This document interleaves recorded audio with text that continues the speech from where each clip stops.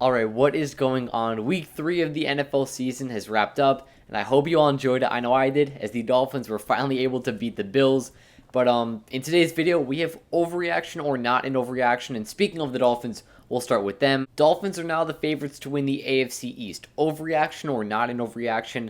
I'm going to go with overreaction on this one. I could easily say it's not an overreaction being the Dolphins fan I am, but I'm going to actually make a video on this on how the Dolphins can really win the AFC East this season, I think on Wednesday.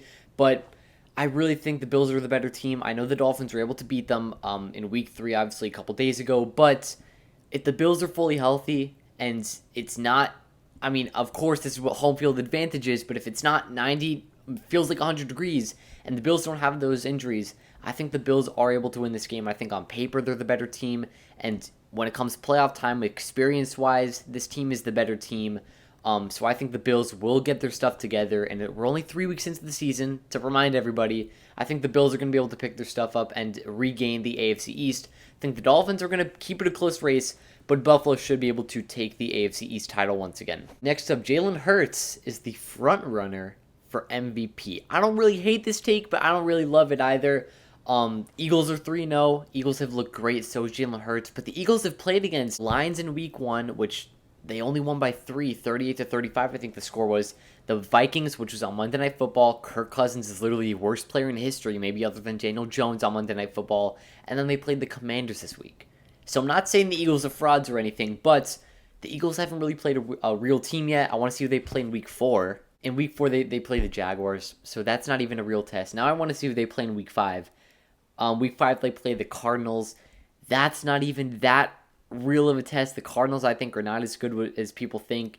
Then week 6, they play the Cowboys, and Prescott could be back, but the Cowboys are that's going to be a tough divisional matchup. That game's in Philadelphia, so I think that's Sunday Night Football was too, so that should be a fun game to watch. But I think back to what the actual topic was, I don't think Jalen Hurts is the front runner for MVP. I think he's up there. Has been playing great this season. Regardless who they play, they're not the ones making the schedule. They're just playing who's in front of them. Jalen Hurts has been playing phenomenal this season, and the addition of A.J. Brown has obviously shown that is reaching Jalen Hurts' full potential. But when you have a guy like Lamar Jackson playing how he is right now, even Patrick Mahomes, even Josh Allen, I think number one, you say Josh Allen's the front runner for MVP going into week 4.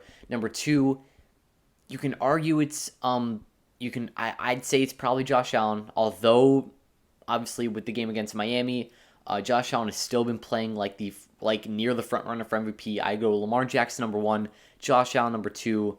Then you can argue between Patrick Mahomes and Jalen Hurts for number 3. I'd probably go with Jalen Hurts just because of the loss with the Chiefs losing to the Colts. But Jalen Hurts, like I said, he's top 3, definitely top 5. So he's up there, but he's not the front runner going to week 4. Next up is the Raiders season is over after an 0-3 starts. I put not an overreaction. And when you're in a division with the toughest division that we've seen in multiple years, the Chiefs, the Broncos, the Chargers, this division is so tough. But the thing that I'm also going to say is that I could really go both sides with this. You could say overreaction because although, like I said, this division is really tough, there's not even a runaway team yet. There's no team that's even 3-0 in their first 3 games. The Broncos are 2-1. They have not looked close to good. The Chiefs are 2-1. Yeah, they're probably looking like the winner of this division so far. But against the Colts, they didn't really look that solid. So that's going to be something to watch. The Chargers are 1-2, and the Herbert injury is something to keep an eye on. Losing to the Chargers is definitely not very encouraging if you're a Chargers fan. But we'll be talking about the Jaguars next. But the Raiders, I don't know. I think that these teams in this division are going to be picking it up.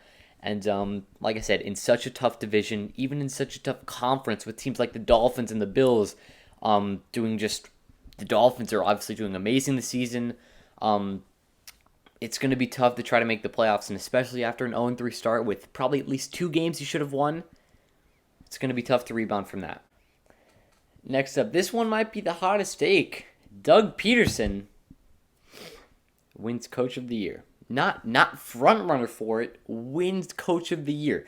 This is kind of obviously like a prediction, but I said not an overreaction. And I could easily go with both sides, but I think it makes it more fun if I go not an overreaction. The Jaguars have been looking good. Now, week 1 against the Commanders, they obviously lost that game. It was one possession game. Carson Wentz went off. He threw like 4 or 5 touchdowns that game. But they barely lost that game. Week 2, that's when people kind of started talking about the Jaguars shutting out the Colts 24-0. People were more talked about the Colts more that game just because you get blown up by the Jaguars. The Jaguars didn't do. I mean, the Jaguars obviously played amazing, but people were more talking about the Colts losing that game. And then week 3 is kind of when people started bringing up the Jaguars crushing the Chargers. And yes, I know Herbert played with that injury, but still, Keenan Allen didn't play in that game. But when you have a Super Bowl hyped up team like the Chargers, you need to be winning these games. 38-10 was the final score. And now Trevor Lawrence is now blossoming into the star of the number 1 overall pick. He didn't play well last season at all. Had a head coach that was fired before midseason. Not a good coaching staff. Didn't have all his weapons that he needed. And now, with everything, with a good head coach, Super Bowl experience, with some receivers, with a good O-line, with running back core, Travis Etienne, James Robinson, Trevor Lawrence is starting to flourish, and I think that all that, not obviously all the Jaguars' success, but a lot of it goes with Doug Peterson. So I think this isn't an overreaction with him being in contention for Coach of the Year. Last one is Aaron Rodgers has a better chance to make the Super Bowl than Tom Brady. I said this was an overreaction. Obviously, this is coming from the Packers beating the Bucs. 14-12, I think the final score was. If you told me that the final score of that game would be 14-12, I would be pretty shocked. Bucks only losing that game based off of that missed 2-point conversion, which they had to take from the 7-yard line after the delay of game because the Bucks didn't have any timeouts. But yeah, I really think that Aaron Rodgers and Tom Brady were both working with basically nothing that game. But the thing is that Aaron Rodgers didn't have any wide receivers out due to health reasons. Though that's just his lineup. Allen Lazard is your running back, is your wide receiver number 1. Or if you want to say Sammy Watkins, whatever.